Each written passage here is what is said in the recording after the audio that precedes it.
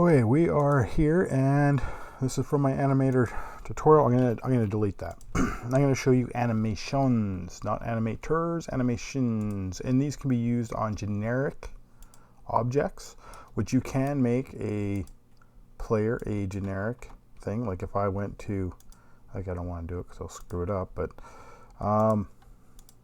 like if I go to, oh, that's not even a person, like this thing, and I change this to generic, I can use generic and create animations in Unity for them here, but then humanoid animations probably won't work anymore.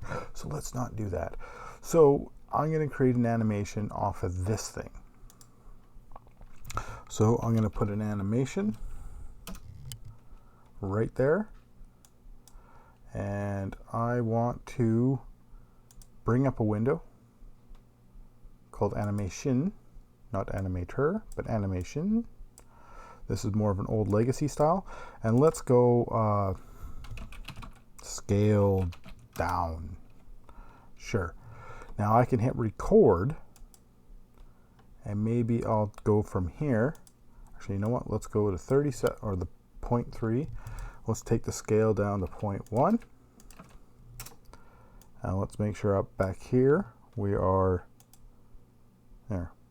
That's it. Simple. Whoop. Right. And simple. I mean, really. I mean, if I want to, I don't know, go in here and add, I don't know, maybe some turns. Let's go like 180. I mean, I can do that too. And now we have. Oh, I didn't. Where'd that animation even go now? Let's find it. There it is. Bloop. Okay, I click on it, and wrap mode. I can ping pong. Let's ping pong this thing. So that default is just plays once, or plays pretty much as once. You can have it looping, clamp, and ping pong. I can show you the differences, but yeah, why not? Whatever. So now if I hit play,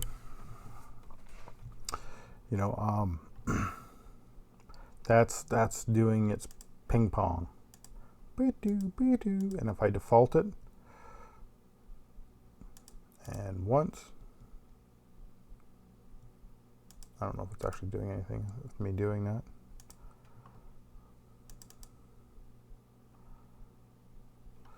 So, but that's animation. So, and then one of the cool things about that is I can say create an empty, and I can give it, I don't know, a couple cubes.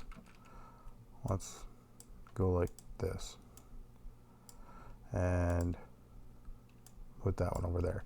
And let's say they're all 0 on scales to start. Let's delete that guy. We don't frickin' need him anymore. Let's put an animation here, and let's create a explode stuff animation, because that's the way shit's gonna go around here. And we're gonna go boop, and here I want this all to now to be ones, and I want this guy to be, I don't know, say over here, and we'll rotate him a bit, but it might be just if I grab this tool. I want this guy to be over here.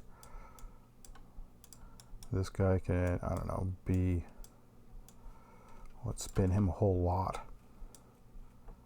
And let's take this guy, and he can go over here a bit too.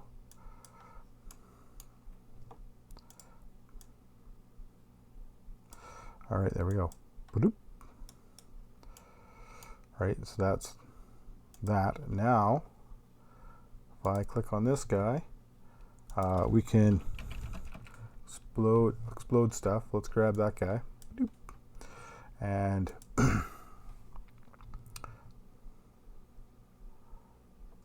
it's sitting there doing nothing. And that's because it's default. And if I loop it and hit play, it should run in a loop. There we go, that's a loop. And if we ping pong it, there we go. There's something kind of cool, eh? I don't know what you can use it for, but it's there. And of course, you can also control, because you can put a bunch of animations in here. You can put in all sorts of different stuff in here and do all sorts of things. Playmaker, of course, controls animations. Make sure it's the animation category, not the animator. Two different things. But you can add, capture, enable, set speed, stop, and play. And the thing about play is you have to know, you have to have the name, right? Like explode stuff. Like if I play automatically, turn that off. And I call this explode stuff, right? And let's just turn this FSM off. So when I turn the FSM on, it'll play that, right? So we're playing and nothing's happening. It's not playing. Now it's playing, right? Fully controllable through the FSM. So those are animations.